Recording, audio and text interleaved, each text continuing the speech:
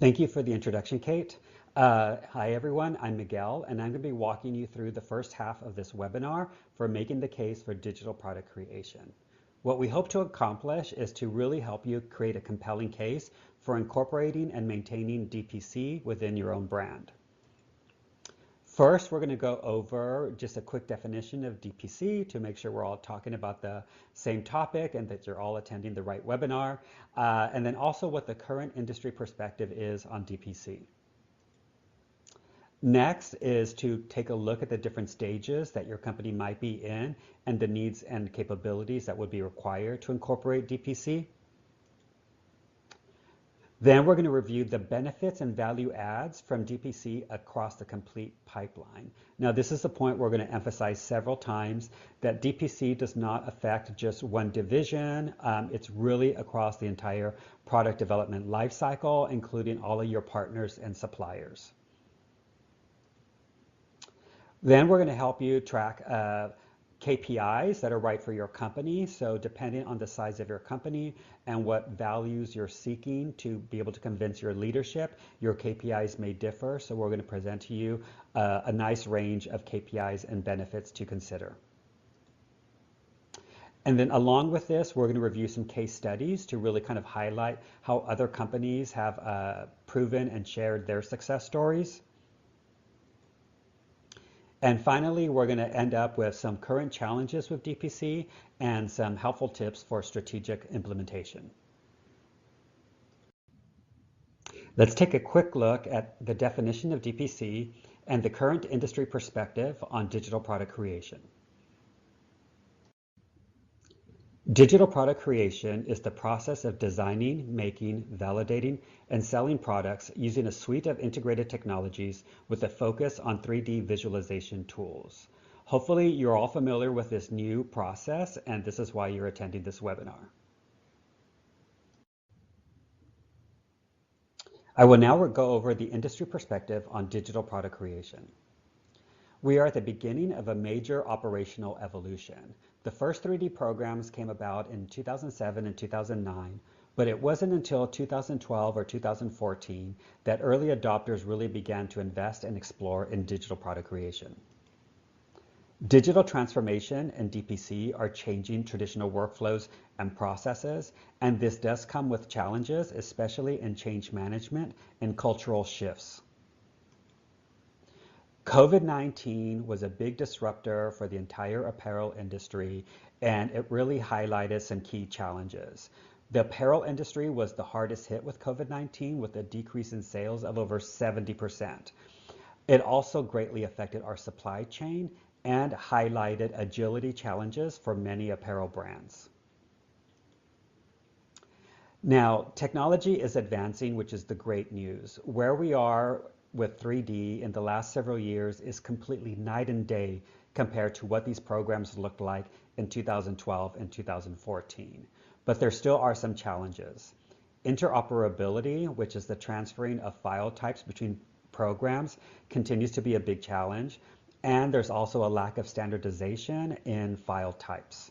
But these are being worked on, and hopefully we'll have some good solutions soon.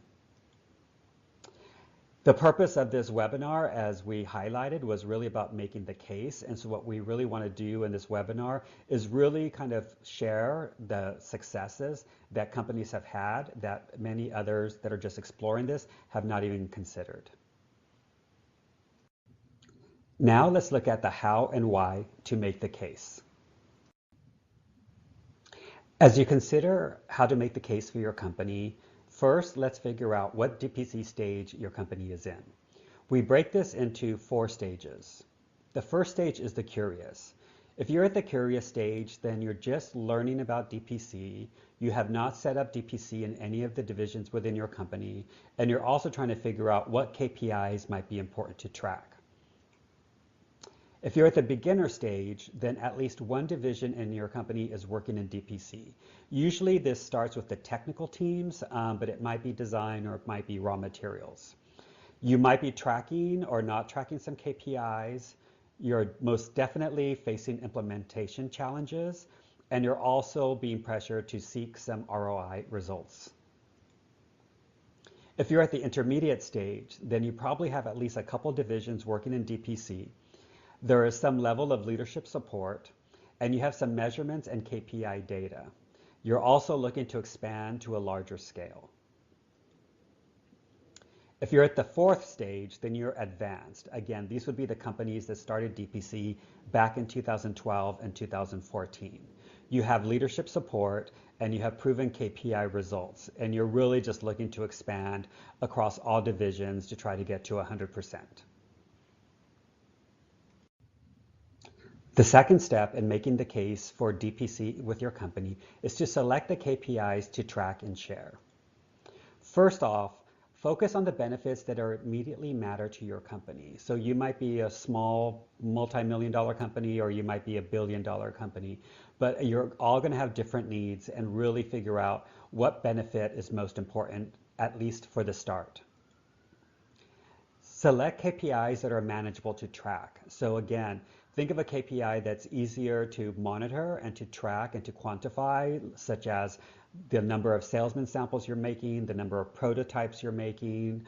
Don't choose things like carbon footprint that are very nebulous and really difficult to track. So pick something that's really easy and manageable at the start. Not all KPIs are going to be about dollars, about money. Remember, what's most important for your company? You might be interested in just having a faster calendar, so reducing time. You might be interested in agility or tech pack accuracy or more efficiency. So again, you can always tie these concepts back to dollar amounts for sure, but sometimes it may not be the starting point. Part of the reasons to track KPIs is that KPIs are really going to help you make the case for return on investment. And this is one of the biggest challenges facing companies today who are working on it, is really determining what is the ROI that they're receiving from DPC.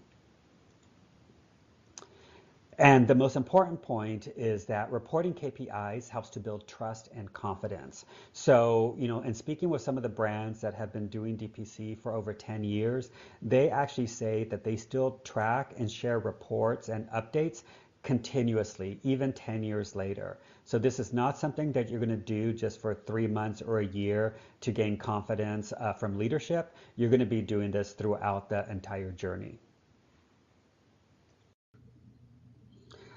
Let's look at the benefits of DPC across the value chain. One thing we want to be clear is that with DPC, it's not just how it benefits one division or one part of your company. It's really the entire product development cycle and all the participants. So this could be your brand, this could be the tech and design team, the marketing, the sales team, as well as your manufacturers, your trim suppliers, your mills, everything. It really does impact everyone.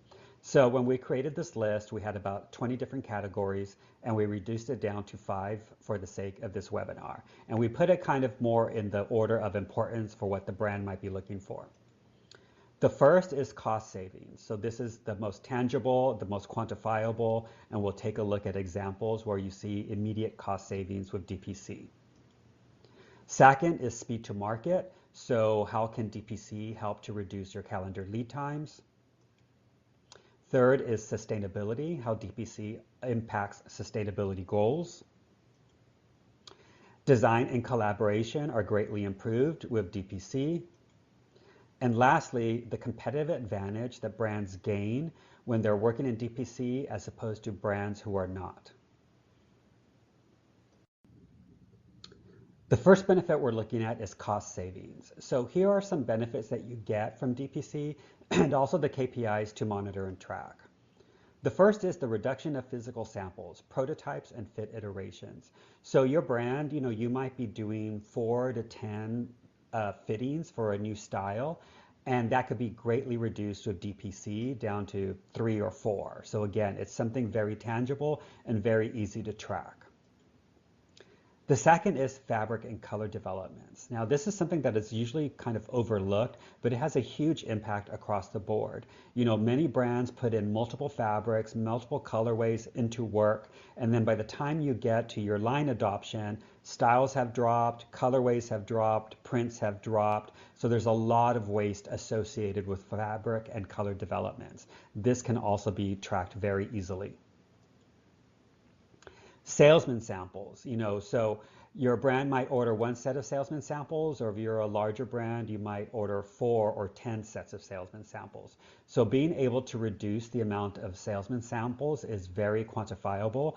I have an example of that in the next slide, which we'll take a look at. And salesman samples, it impacts the number of garments, it impacts the number of fabric that you're putting into work. So again, very, very quantifiable and a big cost savings. And the last one is inventory management. Now, this is a little bit later down the road, but when you're working in DPC, your sales and merchandising teams, they can actually make better decisions in what they're buying, and they can improve their assortments and also be able to increase their sell-throughs. So again, this is a little bit later down the road, but DPC definitely impacts the inventory management. So I wanted to create an example of how to quantify the savings for salesman sample costs. Now, in this example that I'm showing you here, the numbers you're seeing, this is for a company that wanted to book 400 SKUs and needed 10 sets of salesman samples, which would equal to 4,000 salesman samples needed at the end for the final buy. Now, in the first numbers that you're seeing, this is for a company not working in DPC. Because of that, they have a much higher development rate, so I put it as a 1.65. And what this comes out to is that for the average cost of each physical salesman sample comes out to $363, and the total cost for the set of 4,000 samples is $145,000. Now, I'll give you the detailed numbers in the next slide, but this is just to give you a very high level. If you're working in DPC, in this example here, this is a company where we're saying they're at 80% DPC. So basically, 80% of their salesman samples are going to be digital, and they're only requesting 20% in the physical samples. Because they're working in DPC, they have a much tighter development rate because they can make better decisions early on. So the development rate is 1.1. This reduces the average cost of each physical salesman sample down to $48, and the total cost of all the physical salesman samples that were ordered, again, only 20% of the line, down to $20,000. So this is a huge drop from $145,000 down to $20,000. On this slide, I show you how to get to those numbers that I just presented. You look at your FOB prices, the number of sets that you're going to be ordering, and then the total costs. And then what you see in the green is once you start to go into DPC by certain percentages, you start to see the savings that you gain.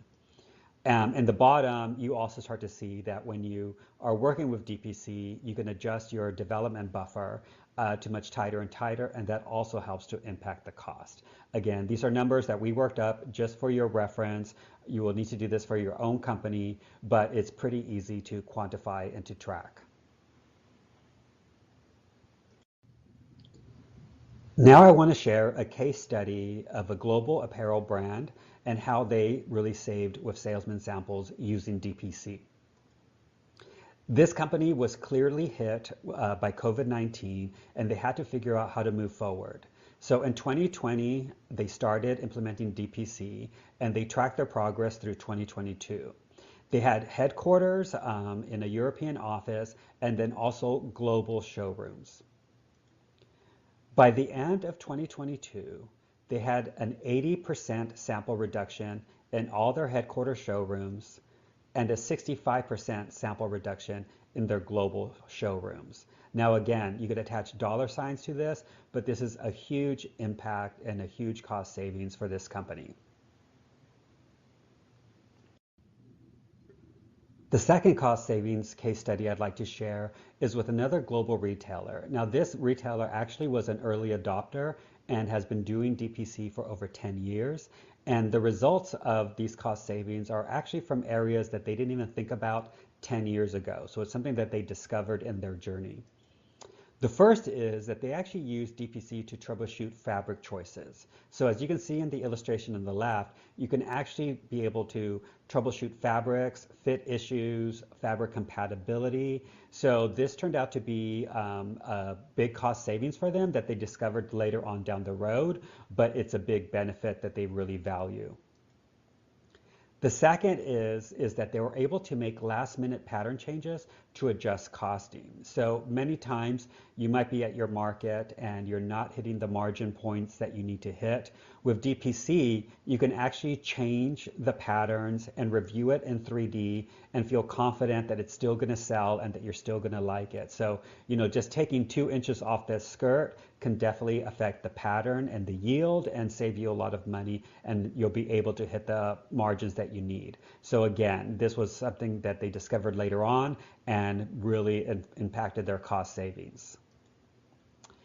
And then the last point that they discovered really has to do more with customer satisfaction, but also affects cost savings because it reduces returns. So one thing that they started doing was really having their tech teams match what they developed in 3D versus what was photographed and presented on their e-commerce site, so that there was a consistency in fit and that customers were getting what was represented online. So again, really helps them to save money on reducing returns and increasing customer satisfaction.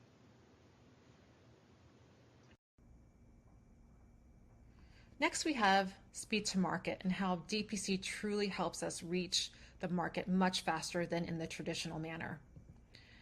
We're able to look and shorten the traditional calendar lengths.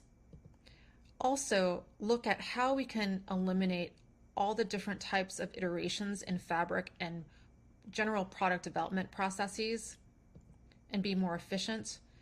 And then also look at how we can be more flexible. DPC truly helps us to act more quickly to changes in the market and trends of what the consumers are really looking for and their preferences.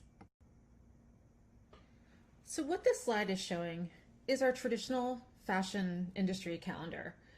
It can take up to 1 year to market, from concept, fabric, color, fit, and sample developments. And it's all based off of physical samples and also based off of historical data, which then we reach the customer only 1 year later.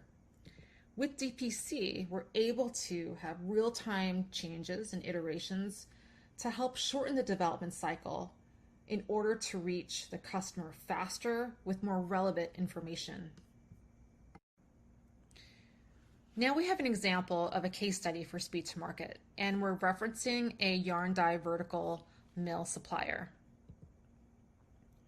They were able to produce 3D fabric simulations with a high resolution software in order to help their brand partners visualize and adjust the iterations much faster than a traditional handloom or fabric development.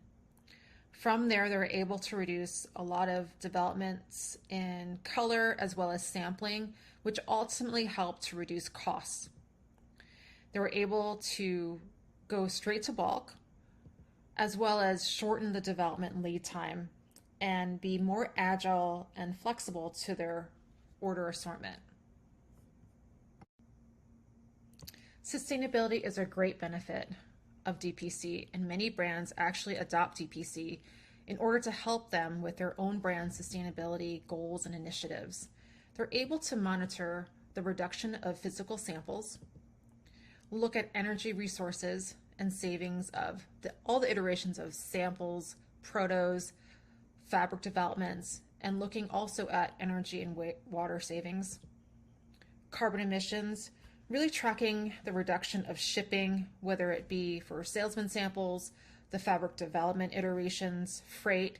We often also air goods because of lack of time and also reviewing the ability to look at the return rate of our products.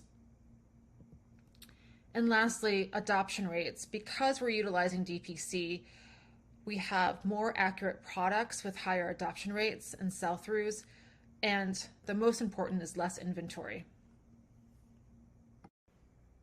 This case study was done on an outdoor apparel brand that came to DPC really because of their own brand sustainability initiatives. They used DPC to test their own graphic tees directly with the consumer. With that data, they were able to go directly into production. They also looked at how to objectively cut and refine underperforming styles. Also look at successfully reducing salesman sample and proto yardage. This all in turn helped to increase their sales up to 37%. Now we come into the benefits of DPC for design and collaboration. So in DPC, we're able to have a much faster turnaround and revisions in your style, your blocks, your fabric, color and pattern, as well as really reducing the errors in your tech packs. An area that I feel is so beneficial in this DPC age is an early collaboration with your cross-functional partners. In the past or in your traditional methods, your merchandising teams or your buyers would have to wait for your physical sample, proto, or salesman sample to give feedback. Now they can do it much earlier on in the development stage and see real-time changes. So these real-time changes also can happen in region with your merchants and your cross-functional teams, but then also globally with your teams that you might have an offshore office or with your vendors. So this case study was done on a global active brand. They've been using DPC for well over 10 years, and how they've been able to be successful is to pair up the 3D simulation of their fit sample and design rendering to the physical garment. So whenever they get their physical garment in, they show it paired up with their 3D rendering. This way they can constantly build trust and see, did they actually render it the right way, and did the garment come out in the desired application? They were also able to turn around a lot of their core replenishment much faster by utilizing DPC, and they were able to constantly collaborate with their merchants, design, and production teams with DPC. It's such a great tool for real-time collaboration.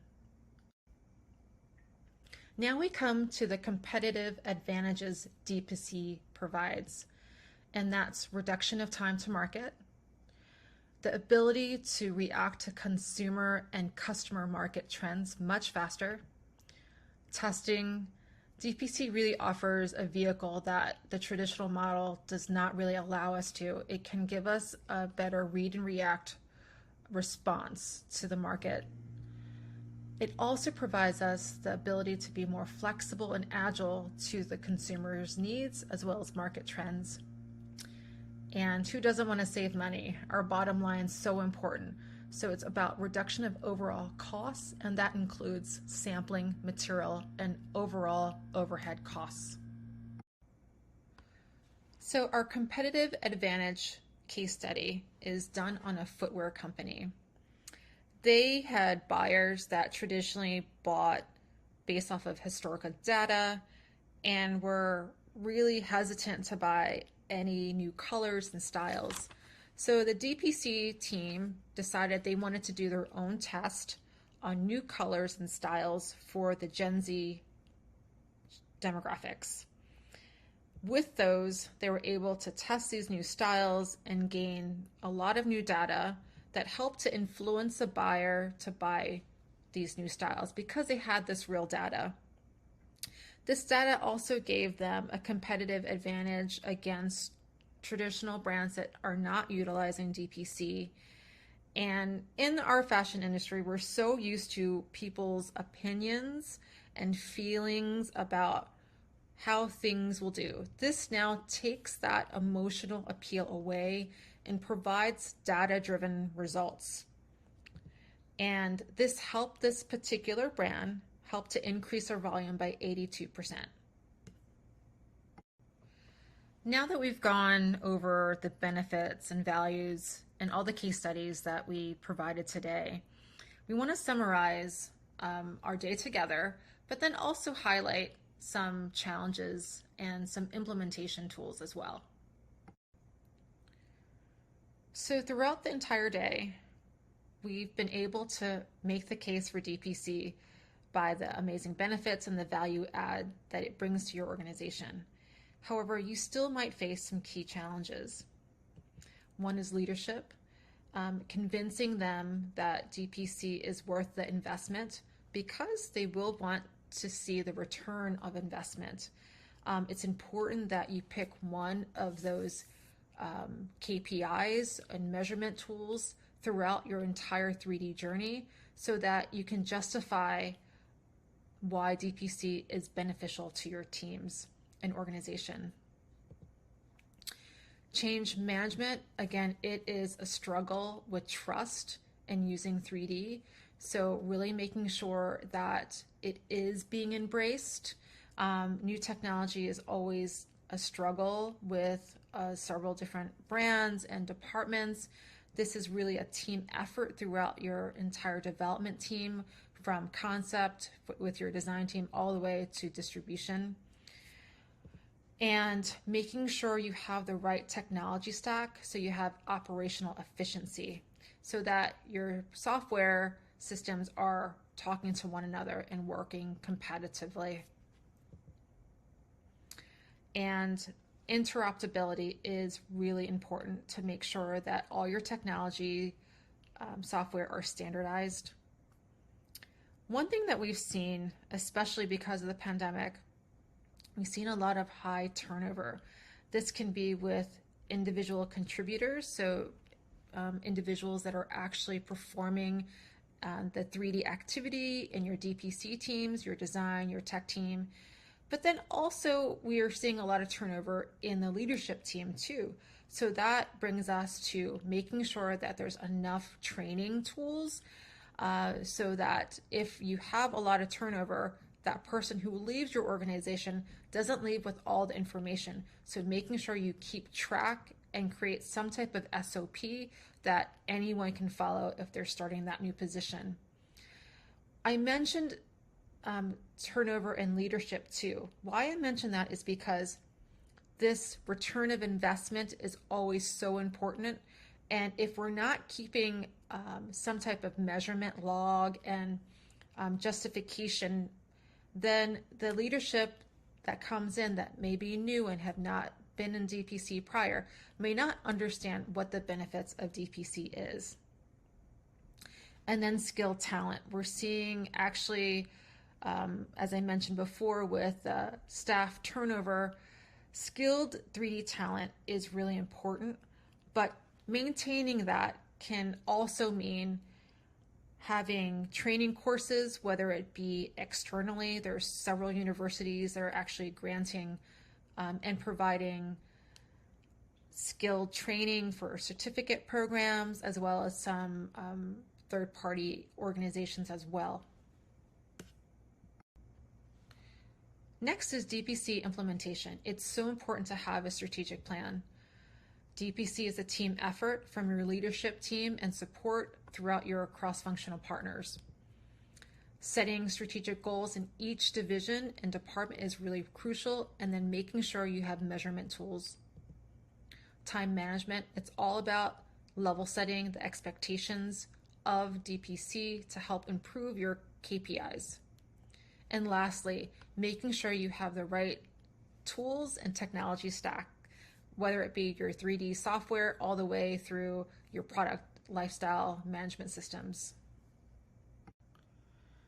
So this slide is in reference to our best practices webinar that can actually be found on the Cottonworks website. So I highly recommend for those of you who want to do a deeper dive to listen to that webinar.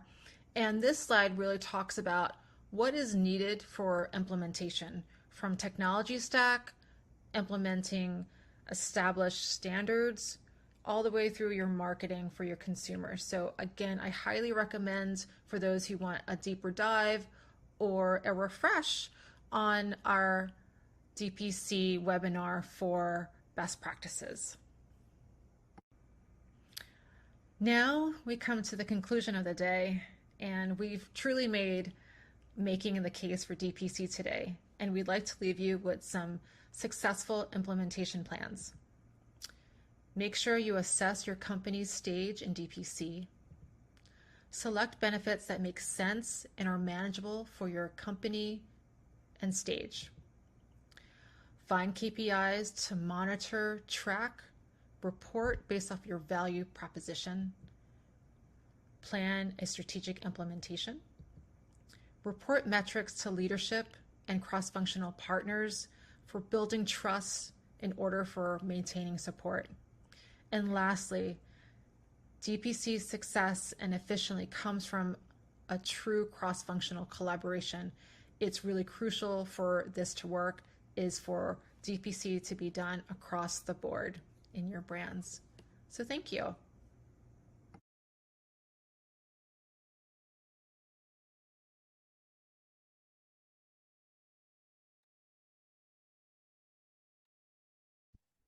Great. Thank you. Thank you for that presentation. We're going to take some questions at this time. And remember, if you have a question that you'd like to add, just go ahead and type it into the Q&A. I'm going to get us started with a couple of questions that we already have here. So first off, we're getting right into the specifics here with a couple of these questions. So first question is about I guess it's about building trust and getting all of the stakeholders on board here. So what advice would you offer for a company who is struggling to get their sales team on board with converting to digital SRS? When your sales team really wants physical samples only, what would you say to them to help make that case that we could do some of this digitally and get some great benefits in the process? Yeah, that's a great question. I'll start it off and let Pearl follow up. Again, it goes back to what's going to matter the most for your sales team. Is your sales team interested in increasing sales, increasing orders, or is your sales team interested in being more responsive? So a couple of the case studies that we mentioned, you can actually do a lot of product testing. There's a company called Maker Sites that lets you do this 3D product testing. And the case studies that we showed you were basically this company using Maker Sites to be able to convince their buyers as to these are more likely to be successful, these are more likely to sell. So again, you can start off by starting to do that kind of exercise. Another thing to consider is maybe it's agility. One company that I spoke with, we were actually talking about this earlier. One company that I spoke with, when they implemented DPC, their buyers, weren't very supportive of it. And then 2 years later, the buyers demanded it because all of a sudden they were able to make decisions and assort the line 6 months earlier, as opposed to waiting till salesman samples got there, 6 months later. So what is the value for your sales team? Would they appreciate being able to assort and pre-sell the line earlier? Or would they rather have data to help support increasing their sales? And these are a couple of exercises that you can do to help convince them and again, build that trust with them.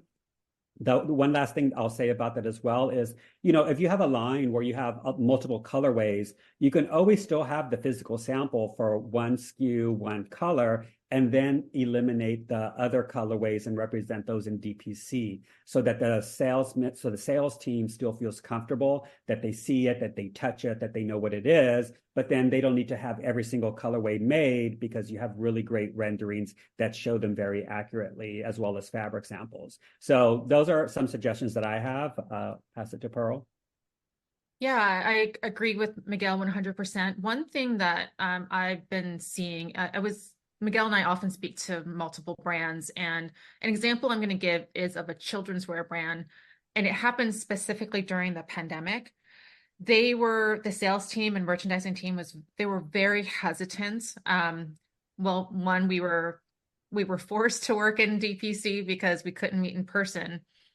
But what the sales and merchandising team found was that because they were in DPC, they actually were so far like ahead of the game of their competition in children's wear that their customers responded so well to it that they then demanded this technology because the buyers and their customers were able to be much more agile in changing some silhouettes or colorways quickly versus what their competitors had to physically give them a sample, which would take, it can take anywhere between 3 to 6 months to make a full set of salesman samples. So it really gave them a competitive edge in that, and it did win a lot over from their customer point of view as well. Great answer. Great answer. Thank you. What was the name of that website to test 3D concepts? Oh, it's Maker. called Maker Sites, Maker, and then Sights. They're fantastic. I would love to do a webinar on them. But it really just shows though, like, you could take your 3D assets and you could do you could do testing. They give you results within 24 to 48 hours. So it's really quick and agile. And really what you just do is you get visual support and quantitative support for being able to assort the line, which is what Pearl and I try to explain during the presentation, that you're taking some of the emotion out of, well, I think this is going to sell better, because now you have quantitative data to say, actually, it's 60% says it's going to sell better, so it's a great company. And just to add, sorry, I'm just going to add to that. I had worked on a program just really early in when DPC was kind of early on in 2017, 18. And it truly gives you the ability to take, I know we're in this industry, it's very emotional. It's also very subjective in a lot of ways. And it takes that emotional appeal, like I think, now becomes I know, because we have that data. So with that data, it's proven to help you in order to get to more direct sales. So just wanted to add that point. Awesome. Thank you. Okay. So now we have another question that it's really about what advice can we offer for putting together your technology stack? When we showed the timeline slide, the technology stack is right there at the beginning, and it's really not very simple, right? Because the technology that might work for one company, one organization, might not be the right choice for another. And so there's a lot of different variables that need to be considered when putting your full tech stack together. Like, you might need to think about your different product categories. You might be thinking about the size of your company, what your company can afford to put together. And ultimately, you always have to really consider, what are your strategic goals for DPC? Because that's going to tell you like what tools you're going to need to meet those strategic goals. So can we talk about, what do we have to offer in terms of putting together the right tech stack for different companies, possibly at different sizes, if we can sort of get to that level? I can Go ahead. You want to start? Okay. I'll start and then Miguel will round us out. So Miguel and I both worked at a really large organization with really heritage old software. So the bigger the company, obviously it's going to be a little bit harder for integration. But I have to admit that as DPC has grown and has matured over the many years now, there's so many organizations, like software organizations, that have really made it their goal to make it more compatible. And I highly recommend doing a lot of research. All the product development lifecycle organizations and software sites have been able to really work with heritage organizations, which have these big, huge data. And then I agree, like maybe it's to look at your most competitive markets in your divisions in your areas. There's sometimes in one brand, you have multiple sub brands. So maybe look at the one that has the biggest kind of value for your organization and start there. And then also looking at, what do you have already, so that when you go to these technology organizations, what can be compatible. And most important is to work with your tech team. I don't mean your technical design team, I mean your IT team, to see what is actually capable of being compatible with these different systems. So it has to really be a good research to start with. I'll leave it to Miguel now. Yeah, and I'll just add, because I read the question, and there was also a little bit more for like different size companies and startups, So with the 3D programs, the big players out there are Clo, Browseware, Style 3D.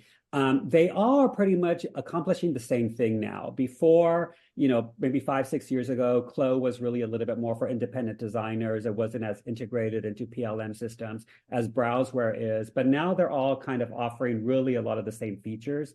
So I think that's a really great thing. The advantage of Clo is Clo offers a little bit more independent licenses, whereas Browseware is more enterprise level. So from a cost perspective, that would be a consideration. One big thing that I want to throw out there is rely on your vendors. When I implemented DPC at the company Pearl was just mentioning, actually our vendor did all the 3D for us. So that's a really great way, and it's a really great cost savings. And we speak to vertical suppliers all the time. They embrace this. They love this because DPC benefits everybody. If they're making less fabric for you and making less proto salesman samples for you that are going to get dropped anyway, they're a lot happier. So a lot of suppliers are more than happy to do a lot of the 3D work for you. So that might be a good way for you to start until you start to build up your team internally. But I think the fundamental is the 3D program, figure out what division you're going to start with, whether you're a tech team, whether you're a design team. And then just, a lot of the PLM systems have already adapted to 3D. So they have PIMs and DAM systems built into them that really helps you manage all your 3D assets. So, that's a little bit longer down the road, how you integrate everything. But I would say the biggest takeaway would be to really have these conversations with your vendors and see what your vendors can do to help you get started. Because again, vendors are offering this as a free service because it benefits everybody. And just to add one more thing, when I first started, there weren't so many third-party organizations, so vendors we could rely on, but there's so much that you can outsource now that wasn't available in the past. So you don't have to start all on your own. There's, as Miguel was mentioning, vendors are a great partner, but there are also many different third-party organizations that can help you get started. Absolutely. Excellent. Okay. So we have another question here. In your experience, are companies who transitioned to DPC during COVID, are they continuing to have their sampling needs met digitally, today, or are they kind of backsliding and returning to kind of the old ways and physical samples, now that some of the supply chain pressures and the workplace disruptions have abated? What do you think? That's a very hot question. So this is where I go to starting off. What's the most important benefit and value for your company? I always go back. If you care about sustainability, you need to be in DPC forever. You need to just really think about it and fight for it. The brands, especially the early adopters who've had tremendous success with this, they are still sticking with DPC across the board. We haven't really heard of any of the really big brands pulling back from it. Some of the companies that did start DPC during COVID have begun to return back to the physical state, because they all of a sudden, now that everyone's back in the office, they're saying, oh, well, now we're back in the office, we can just get physical samples and things like that. So we definitely have seen that happening in the industry. Do I think that's the right thing? No, I don't. And again, I think this is why if you're working for a company and you're starting to hear talk about going back to the old way, you just got to, show these KPIs and these value benefits and really make your case for keeping it. Just to say, if we care about sustainability, if we care about a faster calendar, if we care about data-driven, decision making, then we need to stay with DPC. So it's definitely happening out there. I'm not happy about it, but again, I just think brands that stay with DPC are going to have a competitive advantage for sure. And just to add on that, what we've found is that, yes, a lot of brands have returned to the office and gone back to old habits. However, those brands also have not been really keeping track of their KPIs and metrics. So once you have those, that's real data that can help you really deliver the positive attributes to what DPC can offer. Again, sustainability, costs, less development, less waste, all those metrics can actually be quantifiable. Awesome. If it's not measurable, it's not manageable, right? Right. Absolutely. Okay. So, we have a question here from someone who's at a company in an intermediate stage of DPC implementation. They're pretty well accustomed to building trust for employees, like team members who are kind of who work actually in the software, who are kind of boots on the ground in DPC, but they're still struggling to ease the minds of kind of people, leadership who are kind of like a little bit farther removed from that direct work. Do we have any advice for kind of soothing people who are a little bit higher up? Because, those people are really influential and really key to get on board, especially when it comes to having the right budget, the right expectations, the right strategic planning in place. So what can we offer for people who they know how to build trust kind of among their team members? How do we speak up to management? So what I'd like to suggest, and what we've kind of pushed throughout our webinar today, is really keeping track and reporting. If you're not reporting your successes, then of course, if you're just talking amongst yourselves and you're like, yay, this is fantastic, but you're not sharing those successes with upper management, then of course there's this wary area, this kind of hazy area that we don't really know if we're getting our return of investment. So I highly recommend keeping track, reporting up. It could be something that you do on a seasonal basis or half-year basis, just to keep that traction and motion going. This ability to track KPIs, track and measure, and then adjust is not something that's unusual that we do in our industry. It's something that we have to do in order for us to prove what's working, what's not working in the rest of the industry, right? And in every single department, we get reviewed based off of our goals and did we hit those goals? So this is just the same thing. It's just making sure that you capture it just like you would do in everything else in your organization. Yeah, and I would add on to that, leadership cares about dollar signs. Yeah. They care about the bottom line. So the best that you can do to quantify the successes of DPC within your company, share that information, just to say, hey, we reduced our sample making by 20%. This is the dollar signs in fabric and labor and sales and sample costs, and share that information. It might be calendar. Maybe you're a lot faster. Show them how you're faster, how you're more agile to respond to, customer demands. And then the other thing I would just say is, one of the case studies that we mentioned, this was like a billion-dollar company that's been doing it for DPC for over 10 years. They still take a photograph of every style they've done in DPC, and they always share that with leadership, even to this day, because again, they just want to show this is what we showed you in 3D. Here's the physical sample. They're identical. It just builds the trust and confidence. So again, that goes back more to trust and confidence. But I think for leadership, it's really showing the value, really show how you're saving money, how you're saving time, how you're more agile. Again, whatever is the metric that's most important for your brand, share those numbers with leadership. I mean, I would also, just to kind of tag onto Miguel's point, is at the end of every season in my old organization, we would have a hindsight. What worked? What was on time delivery? What did we make too much of? It did not do well, right? So at that stage, it would actually be a good idea to come up with these reflections of we were able to have X amount percentage that's increased on time delivery. We were able to reduce this amount of sales and sample yardage and save on cost of those developments as well. So that would be an opportune time to share that information. Absolutely.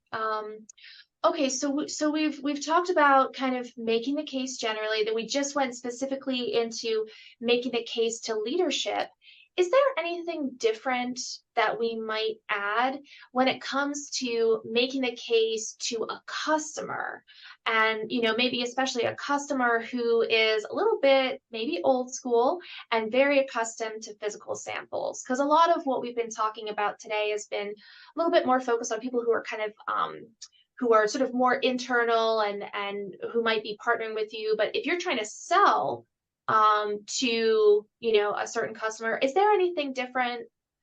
So we talked about where we're identify and then actually start to track those KPIs, identify what's important to them, and then show how the benefits of DPC can address those things.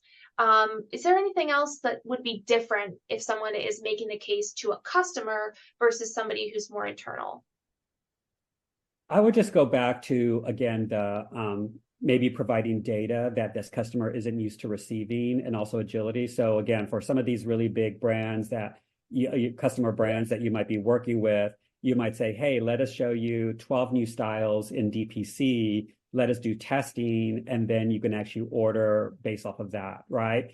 So, just give them new ways to interact with the whole buying method that they might start to become excited about.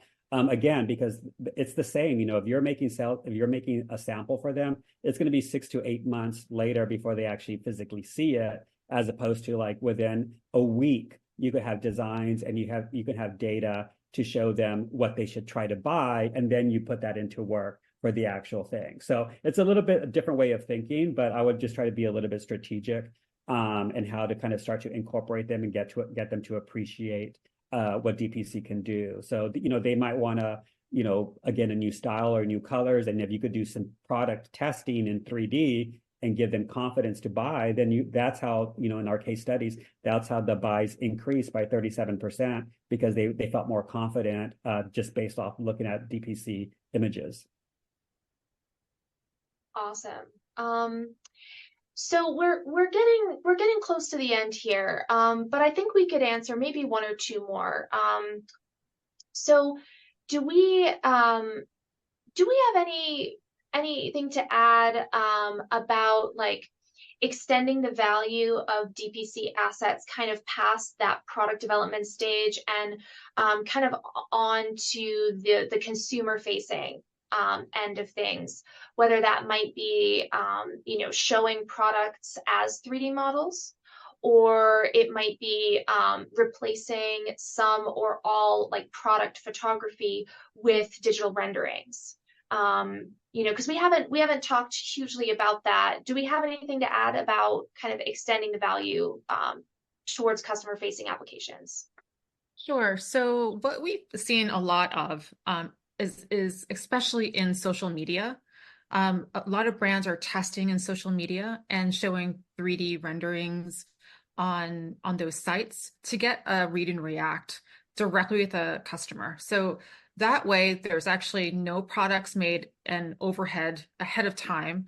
They're able to test and then say, hey, if you're liking these, let us know which ones are your number one choices. From there, they then go ahead and go straight into production. So instead of having this extra inventory, thinking what the customer wants, now we're getting the pulse and read directly from them and then going to production straight away and saying, you'll be able to receive it within 6 weeks period of time, something like that, right? So if you have your supply chain already lined up, ready for production, but they don't know what color, what particular pattern, but you've already lined some elements up. This way you can get a real fast chase order for your customers.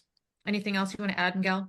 Yeah, there's actually, I'm glad you brought up this question because I think this brings up really the value of DPC and what we said at the beginning. It's not just about the tech team, it goes throughout the entire life cycle of the product. It is being used heavily online. Amazon uses so many digital images, the average customer doesn't even know. I worked with a women's wear brand where literally almost all the imagery was 3D that I had created for her. There's a lot of great tools out there. Ventana is a company that takes your 3D assets and you can put it on your website and your customer can then rotate it in 3D, look at it up close. They can actually look at it in AR through their phone. You know, they have really great case studies of increasing sales by using your 3D assets to get customers to engage with the product a little bit better. So there's a lot out there from advertising to your e-commerce.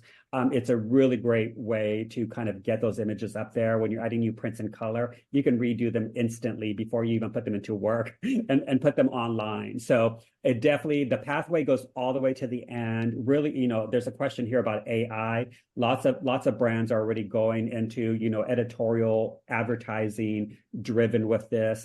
Just one thing I just want to reiterate before we kind of finish off. There's been a few questions kind of relating to this.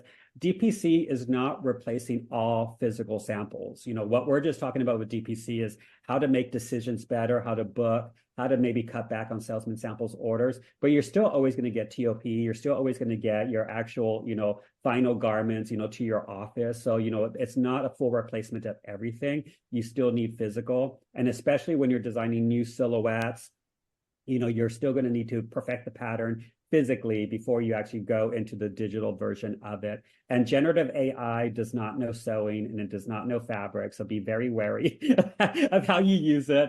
You know, generative AI is great for inspiration. It's not replacing how to, like, you know, make a garment. So I try to answer like 5 questions in one because we're out of time. But yeah, like just, you know, a word of caution with AI.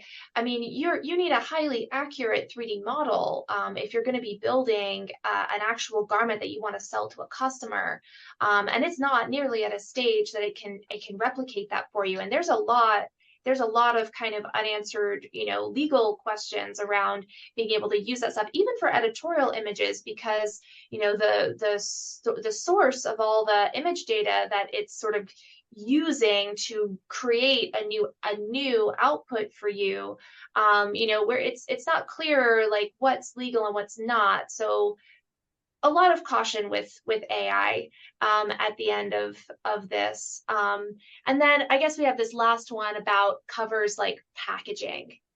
Is there an area of DPC that covers packaging? I mean, yes, you can create a 3D model that shows your garment folded, can show it inside a bag or a package or like a paper sleeve, and then you can sort of take that into like a texturing tool to kind of put whatever, you know, whatever textures, fabric textures, and then your sort of paper or plastic textures, so you can look and see what your labels and everything would look like.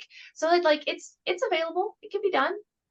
Yeah, and there's just different programs that you would use. Like I wouldn't use Clo or Browseware for making boxes and things like that. There's other 3D programs. But the great thing is 3D is working for everything, for automotive, for industry, for handbags, accessories, shoes. It's being used for everything. And the great thing is with some of the file formats like OBJ, FBX, GTLF, you can import those. So you could have the box made in one program, import it into Clo and fold your shirt and place it in there. So there's definitely that. It applies to everything at this stage. Fantastic. Thank you all so much for joining us and for all these great questions. We've really enjoyed it. And we'll see you at the next webinar. Thank you all. Bye-bye. Thank you. Bye, guys. Bye.